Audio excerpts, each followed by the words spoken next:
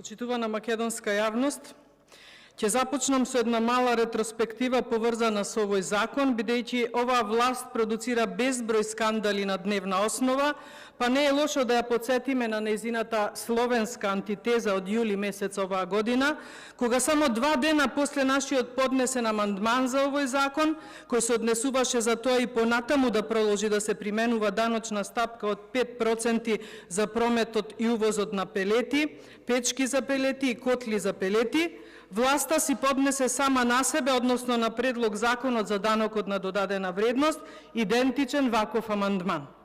Не е прв пат власта да се кити со туѓо перје, а нема да биде ни последен, но добро е кога опозицијата има факти и аргументи со кои може да ја побие оваа здисана и само бендисана власт. Уште едно ретро, а тоа е изјавата на министерот за економија уште во декември месец минатата година, во која Бектеши вели дека не би било фер основните прехранбени производи да се даночат исто како и луксузните, па затоа владата уште тогаш работела на листата на производи кои би се оданочувале со 10 наместо со 5%. Арно, ама денес сме 12 ден од месец септември, а од најавената листа нема ниту абер, а не пак консултација со стопански комори, засегнати страни и граѓански здруженија, барем како што Бектеши најави уште на истекот на минатата година. Од декември 22 да стасаме до 28 јули 23, кога самиот премиер Ковачевски изјавува дека листата е веќе доставена до стопанските комори и дека во наредните денови Министерството за финансии истата ќе ја објави на својата веб страна.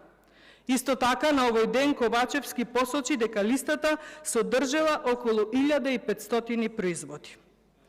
Да ја надополнам мојава ретроспектива со наслов од медиумите од 11 септември, кој вели дека Стопанската комора од медиумите слушнала дека ќе има антикризни мерки од владата и дека неа никој не ја консултирал. Сиве овие податоци, почитувана македонска јавност, говорат за тоа кој шири дезинформации и кој одложува најавени ветувања со месеци, при тоа, како и досега, обвинувајќи ја само и единствено ВМРО ДПМН за ширење дезинформации и лажни вести.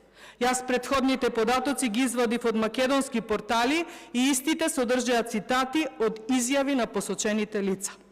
Замислете, цели 9 месеци владата составува листа на луксузни производи, а за цело тоа време во светот веќе почнаа да паѓаат цените на храната.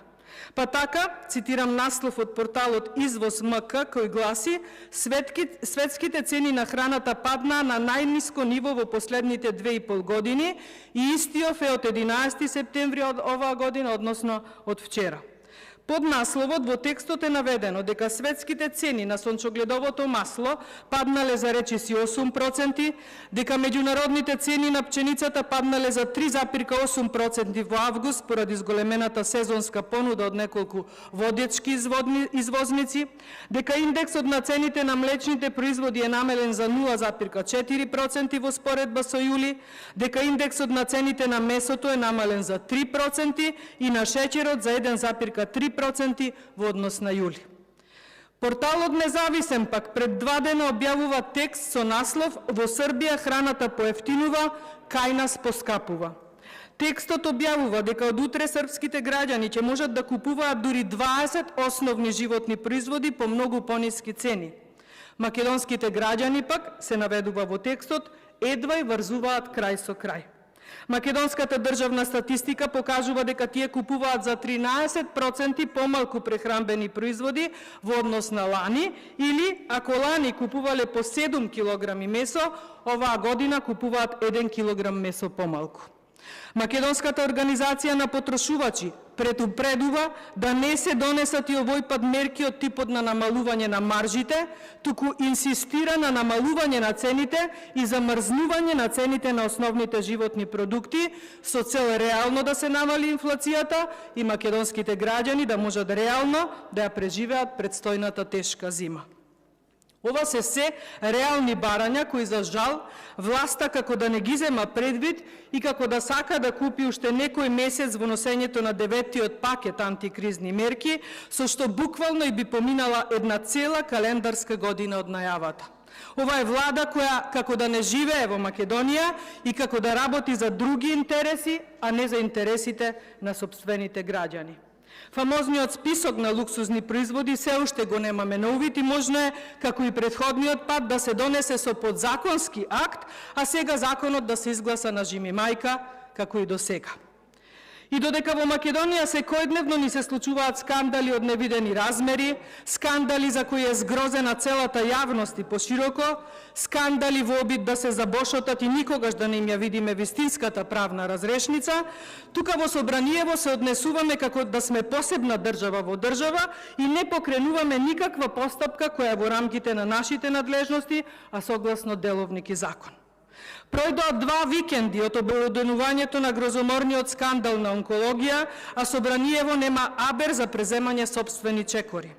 Пројде една цела работна недела, започнува и втора, и ние еве ќе расправаме по точки од претходно отворени седници и ќе се правиме како надвор ништо да не се случува. Ја комбиниравте сиромаштијата на македонските граѓани со секојдневно продуцирање скандали од невидени размери и сметате дека тоа е решението. Ако денес се зборува за законот за измена и дополна на законот за данок на додадена вредност со европско знаменце и поскратена постапка, тоа ќе биде уште еден ден плюс на кој нема да се зборува за случајот на онкологија или за криминалното носење на измените на кривичниот законник минатата недела исто така со европско знаменце и не поскратена, туку овој пат по експресна постапка. Ако денес се зборува за овој закон, може би после неколку месеци некоја независна куќа ќе ни ги презентира оценките од носењето на овој закон. Таков беше и случајот минатата недела, кога замислете, токму на денот кога имавме нова пленарна седница, на друго место се одржуваше презентација од Институтот за демократија Societas Civilis по однос на системските пропусти во случајот Бехтел и Енка. И да, имало мноштво на констатирани системски пропусти при носењето на овој закон, но сето тоа се презентираше многу доцна и во ден кога веќе истиот беше преплавен со скандалите од новата пленарна седница. Навистина не знам како сметате дека еден ден нема да одговарате за сите овие криминали и како и денес стоите овде мирно на вашите столчиња и чекате да замине уште еден ваш работен ден во кој ќе купите малку мир, трошка анонимност од јавноста и бура навреди од опозицијата. Одговорноста на секој избран народен пратеник во Собраниево е да ја говори вистината, да се залага за интересите и барањата на луѓето кои му ја дале довербата тука да ги представува и да располага со аргументи и контрааргументи за вистинска и суштинска дебата, а не за дебата во која говорат само опозиционерите, додека пратениците на власта се присутни или само да гласаат, или само да молчат. Премолчувањето во некои ситуации е злато вредно, но во конкретниве вашево премолчување е знак за одобрување на криминали, па во добар дел и за соучесништво во нив. Додека надвор се случува реалност во која македонските граѓани се оплячкани, гневни, деморализирани и страшно разочарани од македонските институции, овде во ова собрание за таа реалност говориме само ние, додека на страната на владеачкото мнозинство, во владата и по институциите кои се преплавени од партиски послушници, владее само молкот. Молчат и крадат. Молчат и носат криминални закони. Молчат и се надеваат на чуда, можеби. Единствено чудо кое може да се случи од ваквото молчење и премолчување е да си поднесете колективни оставки и да си го донесете барем вашиот внатрешен собствен мир. Јас во чуда не верувам, па затоа се додека немате ни малку срам, морал и чувство за собствена одговорност и се додека доаѓате тука и молчите, јас ќе ве критикувам и ќе ве повикувам на говор. Станете и демонтирајте ме или останете и срамете се од ваквите повици. Некогаш или никогаш достоинството нема цена. За жал, вие се ставивте на тезга, па и вашите достоинства. За крај, за овој закон ќе гласам против, бидејќи ова не е закон од интерес на македонските граѓани. Ова е еден од трите закони кои го враќаат арачот во Република Македонија. Моите гласачи велат не и за овој криминален закон. Ви благодарам за вниманието. Реплика Бедри Фазли.